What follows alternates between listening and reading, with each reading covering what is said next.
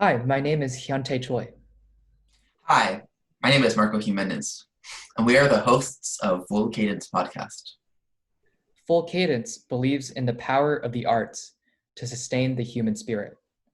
Through sharing stories of young artists in the performing, visual, and literary arts who are making a difference in their communities, we hope to inspire our listeners to examine how they can use their own talents and unique skill sets to do good. We also aim to forge a network of artists dedicated to their craft and to advancing issues of social justice. Coupled with special episodes exploring the vast world of classical music, Full Cadence ultimately seeks to excite hope and joy in our audience.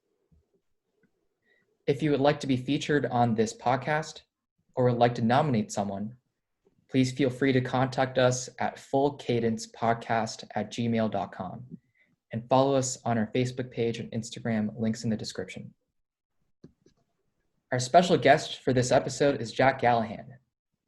Jack Gallahan is an 18-year-old cellist and recent graduate of Pineview School. Jack is currently taking a gap year to pursue intensive cello study with Dr. Helga Winold, Professor Emeritus at the Jacobs School of Music, and will be attending Princeton University in the fall of 2021, where he plans to study mathematics, physics, and music. Jack is passionate about leveraging the power of music to build a community and is the founder and director of the Music for Medicine program at the Sarasota Memorial Hospital and the artistic director of Music Be the Food, Sarasota, a chamber music benefit concert series supporting the Church of the Palms Food Pantry. Originally from the Seacoast of New Hampshire, Jack enjoys reading, longboarding, and composing in his free time. You can contact him after the show at jrgallahan11@gmail.com. Jack, welcome to Full Cadence. Hey guys, how are you? Thanks so much for having me. So Jack, as the director of Music for Medicine and, helping these people, and also as the director of Music Be the Food, obviously you have a lot of experience with music in the community. So I would ask you, what sort of ways do you see, the power of music to build community, to reach out to people? Could you just talk a little bit about that maybe? Yeah, for sure.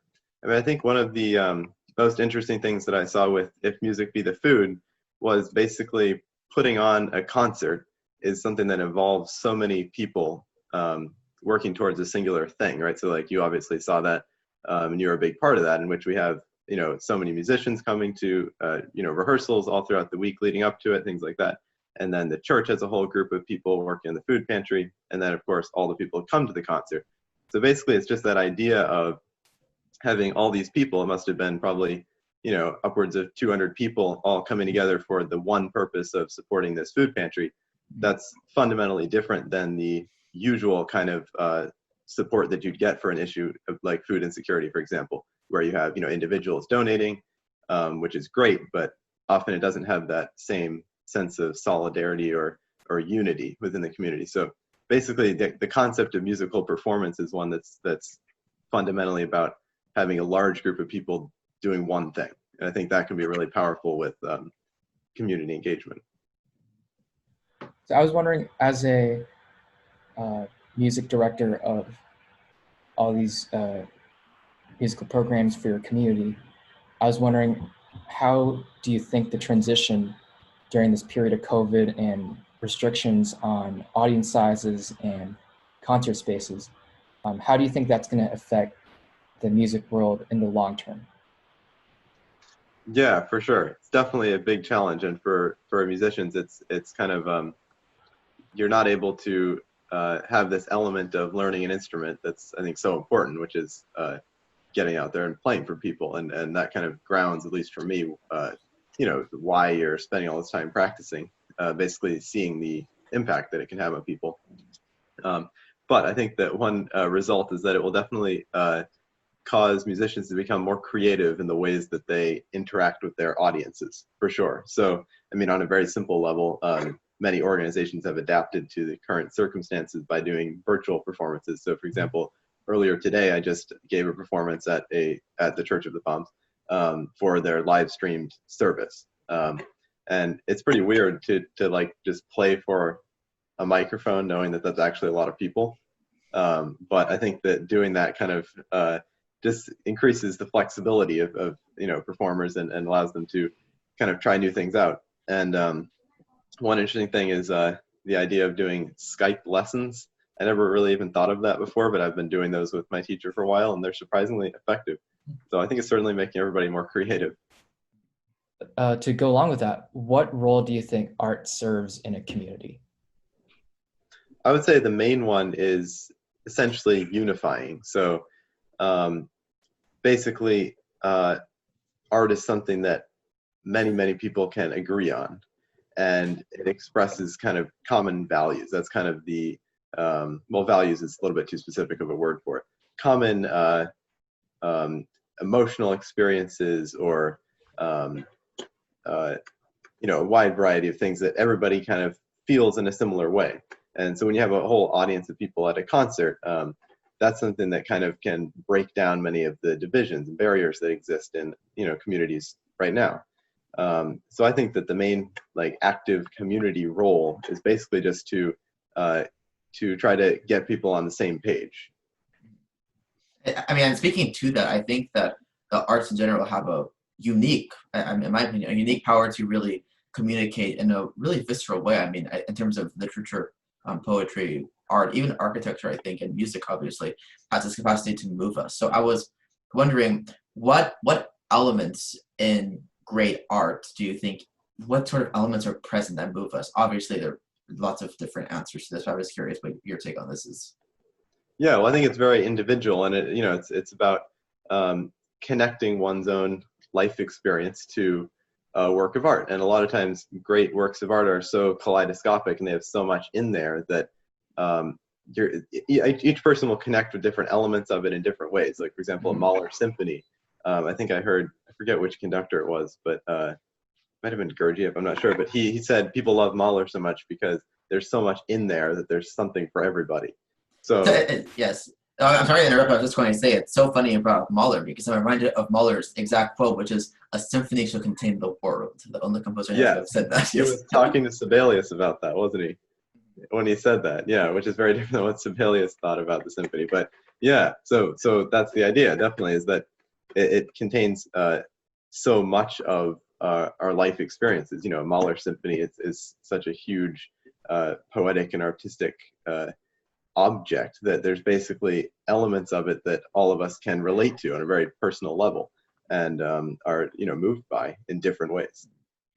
So kind of what similarities and differences do you see in the way you approach physics and music? I would say the most important to me would be the similarities, and this is especially true with both math and physics. And basically, I think of both of these areas as being fundamentally creative. And I think I probably wouldn't think about it that way if I didn't do music in some way. So, for example, in math, the idea of solving a problem that you have never really seen before is fundamentally one about creating something out of nothing. It's about thinking about a new approach to the problem or taking an unconventional angle. And that's what musicians do every day. If they're practicing a piece, finding a new interpretation for it, or composing a piece, obviously. So definitely approaching math and physics creatively is, I think, what I've gotten most out of that connection or symbiosis between those two areas, for sure. Well, I mean, so on the flip side of it, I think that this kind of especially pertains to math, but being kind of interested in math gives me a perspective on music that basically I'm very interested in the structures in music and the kind of architectural elements that can exist in music that are often very mathematical, like in Bach, for example. Mm-hmm. Yeah, because from my understanding, both physics and music have the tangible theories and foundations that govern its laws. I mean, for physics, we have, for example, Newtonian laws of gravity. For music, like you said, laws of Baroque counterpoint, sonata form, and just literally speaking, the ink on the paper. And in the deepest levels of physics and music, they both transcend the physical realm in the way they touch people. So I was wondering, at what point does physics or music become more than the tangible and more transcend to the spiritual? That's actually a really interesting question. I've never really thought about that similarity, in that they both have these overarching structures that people work within in order to achieve something greater than those structures themselves. That's very interesting. Yeah, definitely. I like the idea of imagination, and that both fields are really about realizing an imaginative goal, or a fundamentally abstract goal, and the systems are just a way of getting there. So like in physics, you're interested in constructing abstract theories about the way the universe works, and math, for example, is a tool that people use to describe those structures. And in music, a tonal chord progression is a structure you use to achieve a certain expressive aim. So yeah, I mean, I think that it takes a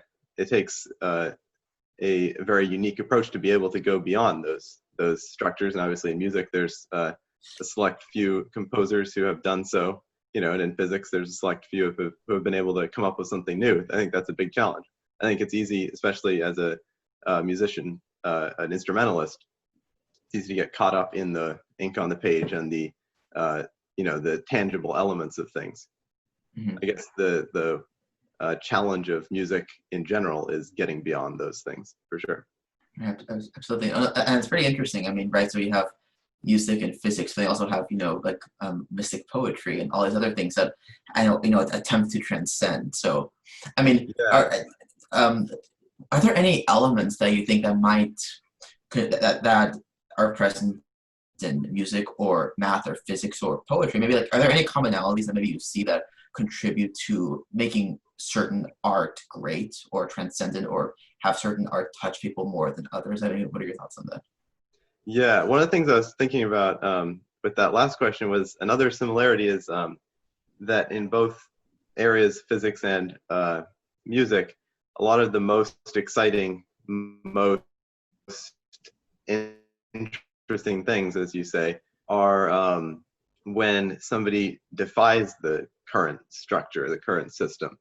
So for example, the obvious examples are quantum mechanics and atonal music. So in quantum mechanics, the whole structure that was set up before in order for people to achieve this aim of describing the universe was totally subverted. And similarly with Schoenberg, and to a lesser extent Scriabin, if you want to argue that he also played a role in dismantling tonality. So I think that one hallmark of all extremely successful things in music and physics is that there's something brand new, and there's something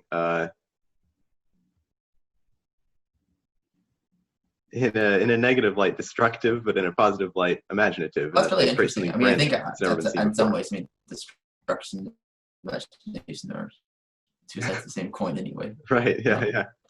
Okay, so one thing, so I was wondering if maybe you could talk a little bit about what aesthetics is. Sure. So, the way I see aesthetics is just, since that's interested me, at least in my limited experience with the field, is what can qualify as beautiful, what can qualify as art, and is there any way that you can, express what characteristics all art has? And that's a very, very difficult task. I remember on the first day of my art history class in high school, we had to write an essay on what is art, and we all kind of read our responses. And it's an incredibly difficult question. I think people have been trying to answer for a long time. And basically, no matter what definition you come up with, you can always find some piece of art that doesn't fit with that definition. So that's kind of how I see the field. But again, as I said, I'm not super knowledgeable about it.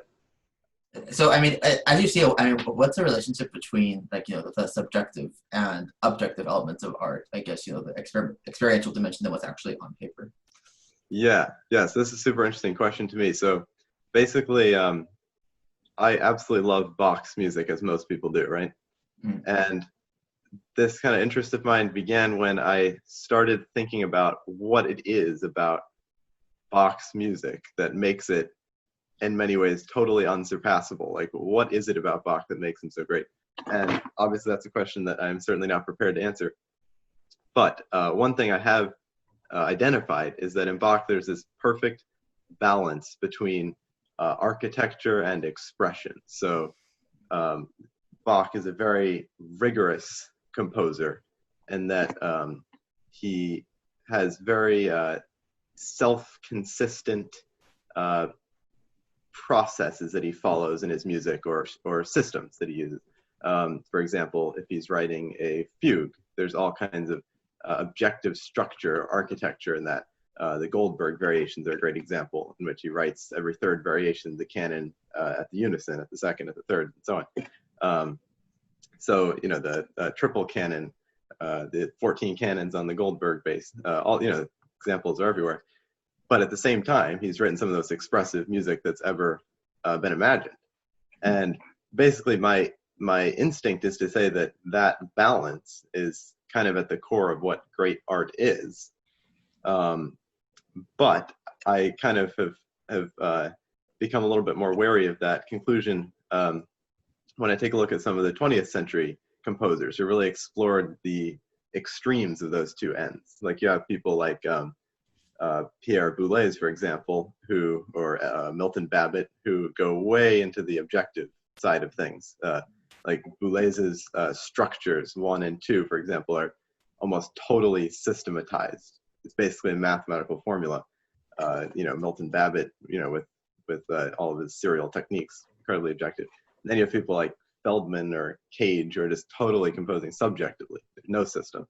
So I'm a little bit, you know, I'm not prepared to reject those two extremes as unartistic, but you know, so I'm in a state of confusion on the question right now, but it's very interesting to me.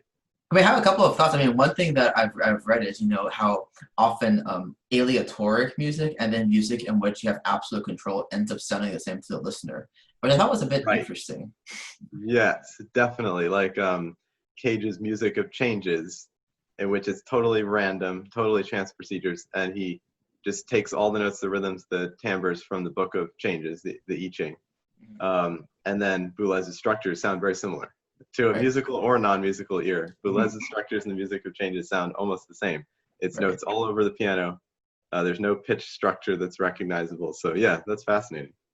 I mean, another thing, I mean, you talk about, you know, the balance between I guess, you know, the logical and the emotional, the structural and the irrational. I mean, and one thing I think is interesting is kind of how these polarities end up being pretty similar, but I think perhaps to most listeners, they don't touch them or move them as much, whereas in the balance, in that very small range in which you actually balance logic and emotion, I feel like there's so much diversity in that. I mean, you have such a wide range of, you know, art, literature, I mean, actual architecture and music. I mean, I think that might be pretty interesting. I think kind of the confusion that results when you start looking at the 20th century stuff is that the system that Bach and Beethoven and Brahms and Mozart and Haydn all used that gave it this architecture was tonality. And then when that's subverted, you're now kind of swimming in a subjective sea of chromaticism, and some composers found ways of erecting some structures for themselves and others didn't, so it becomes kind of strange. I agree with you though that within that balance, that equal balance, there's an infinite range of possibilities. You know, it's not just Bach, it's, you know, all the composers have that balance for sure. So do you think that the essence of 21st century music is to kind of do away with the concept of a school like the New York school or the second Viennese school, you know, and basically follow one's own interests? Because that seems like what's happening in some sense. Well, you know, I'm a bit torn on this because I really do support some sort of globalization of music. So one thing that I personally am a huge advocate for is the incorporation of the music of non-Western cultures into the Western music. Like, I mean, I feel like there's so much material to be derived from folk songs. I mean, if we see Bartok or Martinu, so many composers who derive so much material from these folk songs. I think there's something to say about the long-lasting power of folk songs having been culled through the centuries or millennia as it is. And so, I mean, on the one hand, I think that subjectivity in art is a very good thing. On the other hand, I'm always wondering whether art is moving in a certain direction by itself, like whether, you know, art moves by itself as a entity or whether it's something that's made up by humans. and its direction is something that we construct. So, I mean, what were your thoughts on that?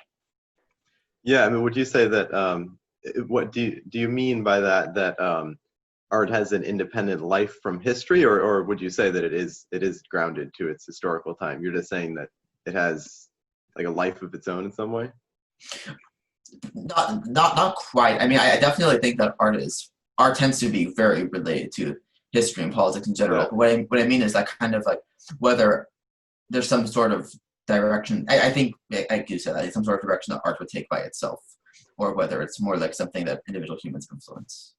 Right. In other words, like, if I'm a composer, I look to, the composers before me, and I take it to a new direction in a certain continuous path.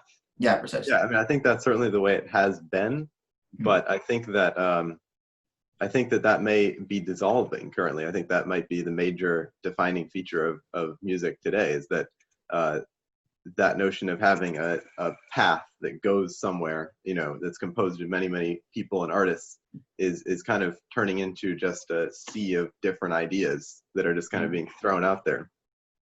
And I think that, as you pointed out, yeah, go ahead. Oh, no, sorry. To follow up on what Marco was saying earlier about kind of world music coming into the classical music world, a few of my favorite like modern composers, Kapustan, William Bolcom, they're incorporating some jazz elements into the classical idiom.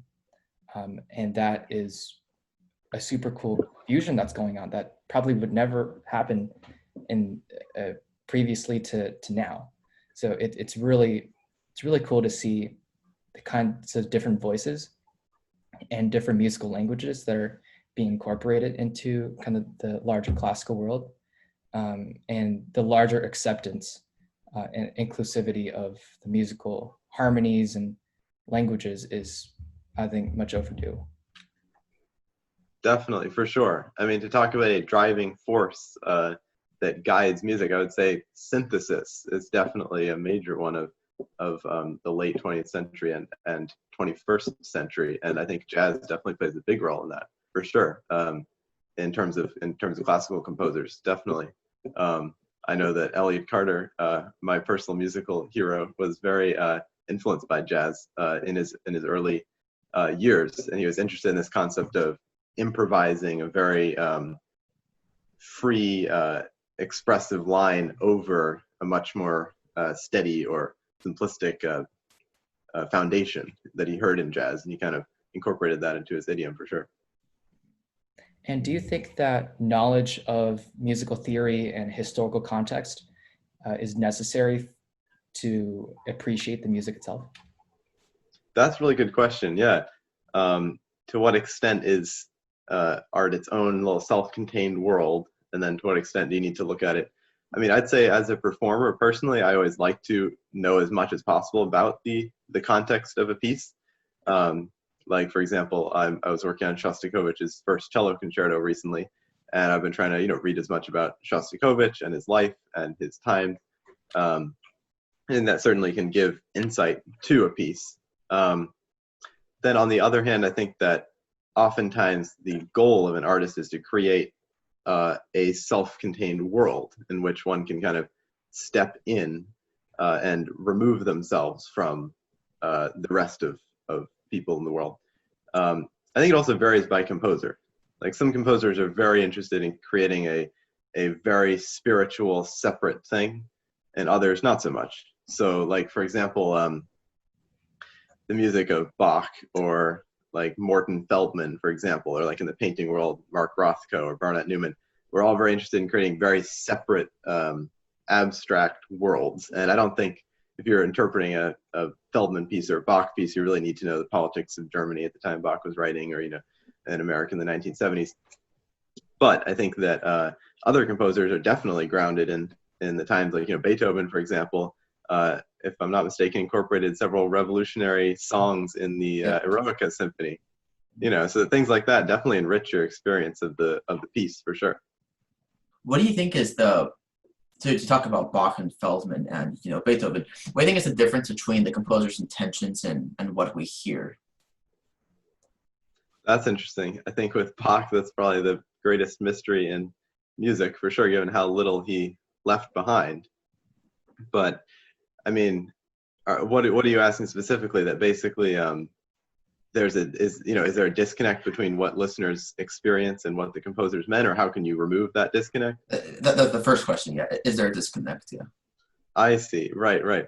I mean, for Bach, I think there definitely is, just because basically everybody's taking guesses. Like, for example, as a cellist, the eternal question of bowings in the Bach cello suites. Basically, all cellists around the world sit down with the Bach manuscripts and try to interpret Anna Magdalena Bach's little tick marks, which are supposed to be bowings, and nobody knows what the heck they mean. So, that's one thing. I think that you can also learn a whole lot. Like, the historical performance movement has definitely brought us closer to Bach's intention. And I think that improves the quality of the performances. I used to love like Rostropovich's Bach, which is obviously great, but I now am more into the kind of historical stuff because I think that brings out more in the music. Then with the living composers, or composers who, had more well-documented intentions, I think that it helps to, I mean, there's always some kind of a disconnect, but it definitely helps to read about the composer and what they're most interested in doing as a performer, and then you can kind of get into their world, so to speak. But it's an interesting question, how valid are interpretations of music that do deviate from the composer's original intentions? I mean, obviously, No, sorry, go on. Rostropovich's Bach, like a lot of people kind of passionately argue that that's wrong in some way. I'm not inclined to do so myself, but it's an interesting question for sure. Right. I think it's also interesting to consider, I mean, as an observer, perhaps of visual art, I mean, perhaps you're seeing it in a completely different way than the artist intended.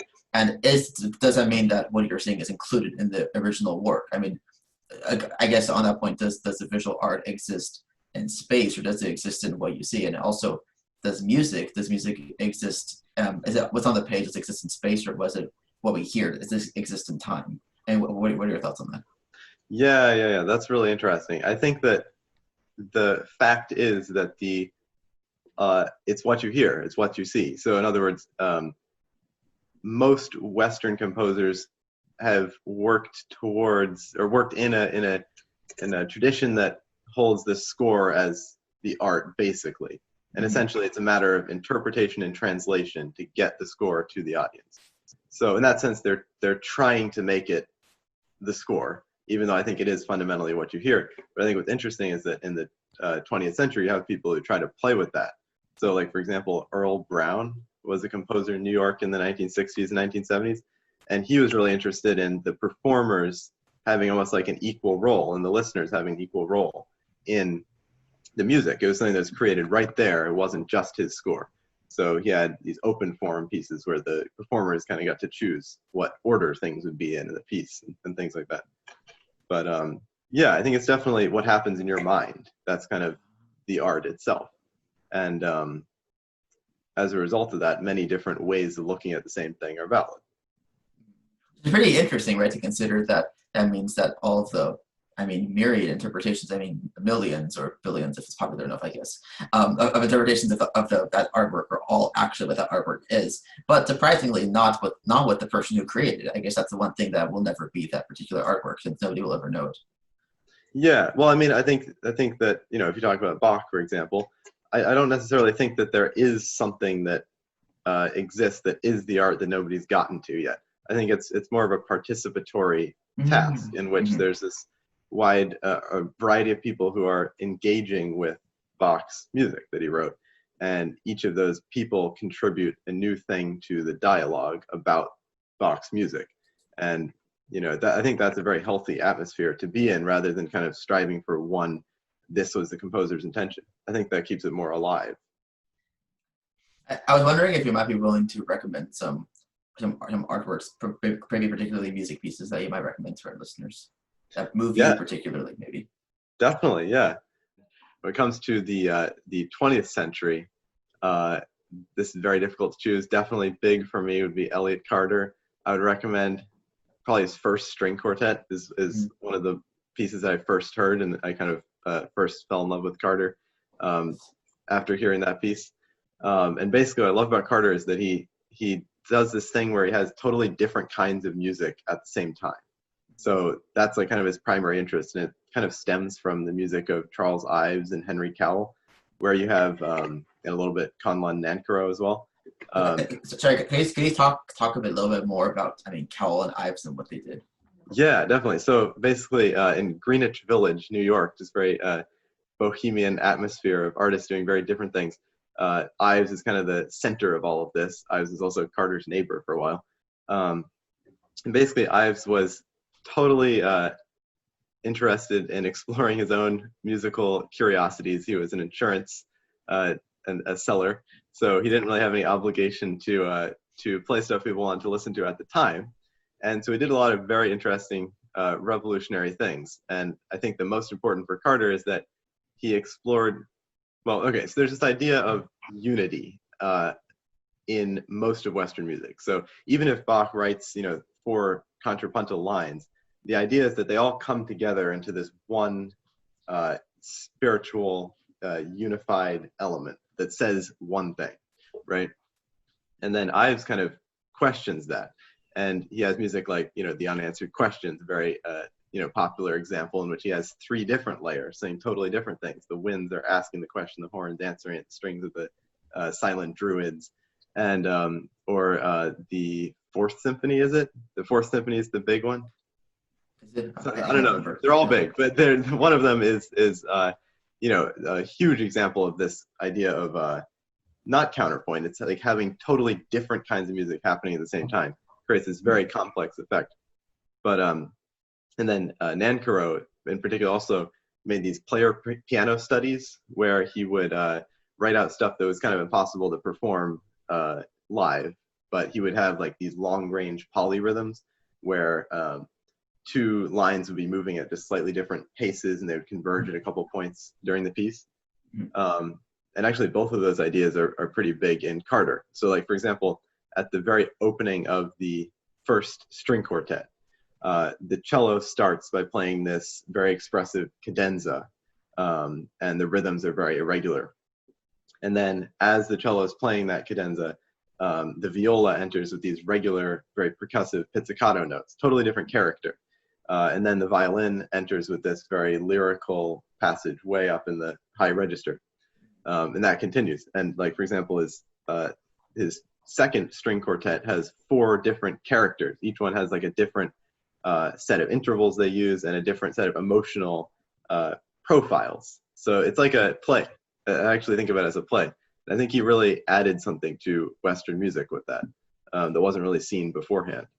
So for our listeners who are coming to Carter and Ives for the first time and are experiencing these elements of having completely 2 different things juxtaposed on each other, what sorts of elements might you point out that they listen to? And also, what's your own personal experience when processing this sort of music as a listener? Definitely, yeah. So it's a very challenging thing, and it's something that I'm not even I haven't even begun to scratch the surface of for sure. It is so challenging. I remember my first experience with Carter was I went to this string quartet performance. They played, like Mozart, Beethoven, something like that, and they had like a little Q&A at the end, and they were talking about repertoire they wanted to do in the future. And I remember the cellist was really gung-ho, like he wanted to play Carter, and the other people were like, oh boy, like we probably should not do this. But anyways, he was describing these pieces, and I was absolutely fascinated. He was like, yeah, so you got multiple tempos at once, and each instrument's a different character, and I was just like, how is this possible? So I remember I went home and listened to the first string quartet, and my first response is just utter confusion for sure by this music, because it's just so different from anything else, and it's so incredibly complicated.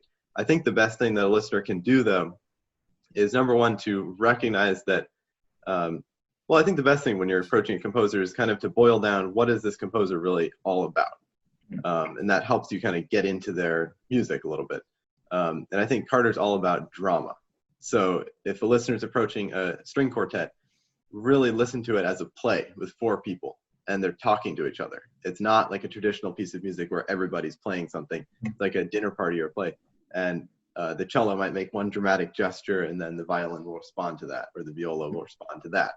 So kind of almost boiling down to one word can help as a listener, I think, orient yourself. Also, I think just hearing it, kind of orients your ear to the sound and the harmonic language. No, There was a while when I was a little bit like, when I was kind of trying to figure out Carter, when I really didn't, I didn't see the emotional element of it, and of a lot of other non-tonal music. In other words, like it all sounded kind of angry to me, very dark and angry. If you're listening with Mozart ears or Brahms ears, all of Schoenberg and Carter is going to be very dark and angry sounding, but that's really not the essence of it. You kind of have to change your approach, and rather than listening out for the dissonances and associating that with kind of chaos and anger, listen out to what each individual voice is doing and how they're kind of reacting to each other. And there's a whole range of emotions there. You know, this is really interesting. This reminds me of, I saw in Aristotle's Poetics, he talks about the primary importance of plot above all things. But then in the 20th century, obviously, we get the dissolution of the plot. And then the primary importance is placed on character with playwrights like Samuel Beckett and other modernist authors. And so I think it's interesting how we have this mirror in the same time periods, roughly, with Samuel Beckett putting the emphasis on characters. And I mean, this was done, I think, well, way before in the East, but anyway, in the West, I guess it came to this later. And then in Carter, we have these four characters interacting with each other, talking with each other, but there's not so much the plot in and of itself, it's more of the dialogue, right? Definitely, yeah, and in literature, definitely there's a lot of kind of radically different and somewhat destructive approaches to the concept of plot, for sure. Like, you know, for example, in Joyce, you know, Ulysses is a book that's really about one day. Nothing really happens in Ulysses. I'm currently struggling to read that book right now. You know, nothing really happens. The plot's not particularly interesting. It's about the characters. Obviously, his Finnegan's Wake, you know, does away with plot almost entirely. And you brought up a good point with Samuel Beckett. And just a totally different approach to this idea of time. Like, for example, Marcel Proust was a big influence for Carter. I'm not at all familiar with Proust's work, but I guess I would say a bit about him. I know that many people who've read his Remembrance of Things Past say that it's one of the most influential books that they've ever read by readers from all walks of life, from all different backgrounds, because it has them see the world in a fundamentally different way. The idea that things that are remembered you cannot truly remember something. You can only remember the last time you remembered it. And anyway, to remember something, you have to experience it again. Memory becomes a big thing when it comes to structuring pieces over time, rather than necessarily having this storyline. And that's something that's it's almost more geared toward the visual arts. This is where I think Feldman comes in, who's another one of my favorite composers of all time. And he was very interested in music that's not plot oriented. He called them time canvases, in which basically he was more thinking about painting almost, and creating that kind of a world. And a lot of his pieces are within this very textural time canvas, in which nothing, you know, there's no climaxes, there's no, you know, resolutions. He's interested in memory. He'll play one thing and then do something just a little bit different later on. And it plays with your mind in these really interesting ways, because, you know, you don't know, is that really what I heard earlier? And it introduces this idea of memory being a fundamentally abstract thing. And it's pretty cool, I think. He wrote this piece called Triadic Memories, which is particularly concerned with that. Well, one thing that I might ask you is the ways in which art influences our perception of time. I mean, for composers like Marcel, who attempts to kind of suspend time entirely or fill up glass to try to hypnotize us. So I would think maybe if you could speak about this a little bit. Yeah, I mean, for me, it just makes me appreciate time on a kind of smaller scale. I think like going to the symphony or going to a museum or something is kind of an opportunity of escaping the fast pace of normal everyday life and entering into a world in which time is very, very important, in which every second is like an event that you experience, which is not how we normally experience time. And I think that's actually very enriching. So like, for example, you know, and every person approaches this differently, but, you know, reading Joyce, reading 1,100 pages or whatever it is, 700 pages about one day, makes you appreciate a day a lot more, you know, than you normally would, because you realize what happens in a day. So I think it kind of allows you to zoom in on time a little bit, which is pretty interesting to experience. Feldman also does that, with such long pieces. You get this totally different concept of time. I mean, normally you don't spend 2 hours listening to one thing, just focusing on one type of music or one texture. And I think it just gives you more focus and a little more appreciation for everything that happens in your life. What kind of advice would you give to people who want to get into modern classical music like Carter that you're talking about? Do you think the point is to try to understand it, or do you think it's more of a listening experience? I definitely think starting from the listening experience is the way to go. I mean, I think that for a lot of the very hardcore modernists, in order to really fully understand them, which I certainly don't, you need to, get out the score and really dive into them. But yeah, I think definitely the way to start is just to figure out what ears you need to appreciate a piece. In other words, a lot of people think of music or entertainment as something that's given to you, right? And I think a better approach when you're dealing with new types of music is to think about, okay, here's the music. Now, let me experiment with different ways of listening to it and see which one yields the most fruit. And that's definitely a creative process. You have to try out all kinds of different ways of thinking about the music. And eventually you kind of learn which set of ears works for which composer. So like if I'm listening to Bach, I have a totally different set of ears than I'm listening to Chopin or Carter. And I think that the challenge in approaching new music is that the first time you hear it, you're going to have the wrong set of ears on necessarily because it's new. So I think just kind of opening your mind to listening in new ways is the way to go. And absolutely that listening experience is the most important thing. I was actually going to ask you, obviously, I think as humans, we have a tendency to stick to the note. I mean, all the way back from, when we're apes, that sort of thing. But so one thing I might ask you is, what sort of advantages do you see for listeners trying to seek out this new music? Maybe things are outside their comfort zone. What sort of insights do you think they might be able to gain, maybe on themselves, on life, or just maybe sheer listening joy? I mean, I would love to hear what you think about that. Yeah, absolutely. I think that it gives you it makes you think deeper, and it gives you a deeper appreciation for the fundamental elements of art and life and everything. So for example, in music, if you listen to a whole bunch of new types of sounds in music, you then see the other stuff in a totally different light. So I think that's one of the most enriching elements of kind of experiencing a broad range of approaches. So for example, if exploring all these 20th century composers like Feldman and Boulez and all this definitely gave me a greater appreciation for Bach and for his craftsmanship and how those composers really came from Bach in some way. So I think it constantly changes the way you see the old when you experience the new.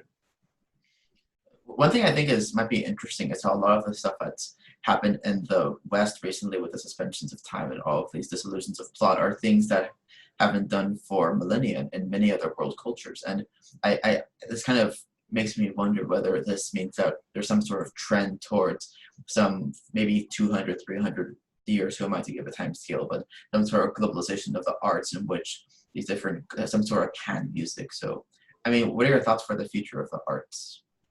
I definitely think that it'll just continue to get more synthesized and more global in nature, for sure. I think that's a very consistent trend that's just slowly increasing. I think there's a lot of interesting results of that, for sure.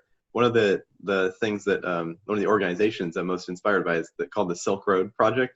I don't know if you've heard of it, but yes, of course, yes. Yeah, Yo-Yo Ma is the founder of it, and I just love listening to their stuff because it is the definition of cultural synthesis, and there's musicians from all these different traditions and musical cultures who are sharing their ideas and their insights and the various approaches of that particular world music.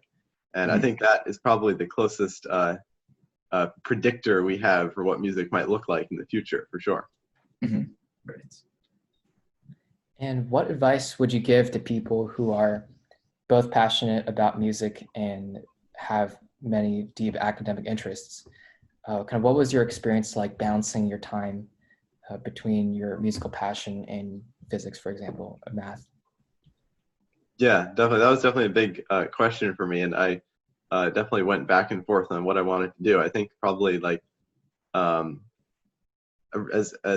recent as like 1 or 2 years ago, I definitely seriously considered going into music, like at a conservatory style situation. And I think the advice I would give somebody who is in that position would be to imagine not exploring all the things that you would explore, intellectually at a university per se. And for me, that was kind of what led me to the decision to go that route, because I couldn't really imagine not diving into all these fields that I'm interested in. And for me, that was worth it, even though you sacrifice the kind of conservatory style music education. So Jack, thank you so much for your time. It's been a real pleasure to have you here with us and share your Thank you guys. Share your stories. Yeah, this was awesome. I learned a lot. It was a very interesting conversation. Oh, same here, yes. If you want to contact Jack after the show, you can find him at jrgallahan11@gmail.com. And signing off, this is Full Cadence. You can follow us on Facebook and Instagram, and feel free to contact us via fullcadencepodcast@gmail.com.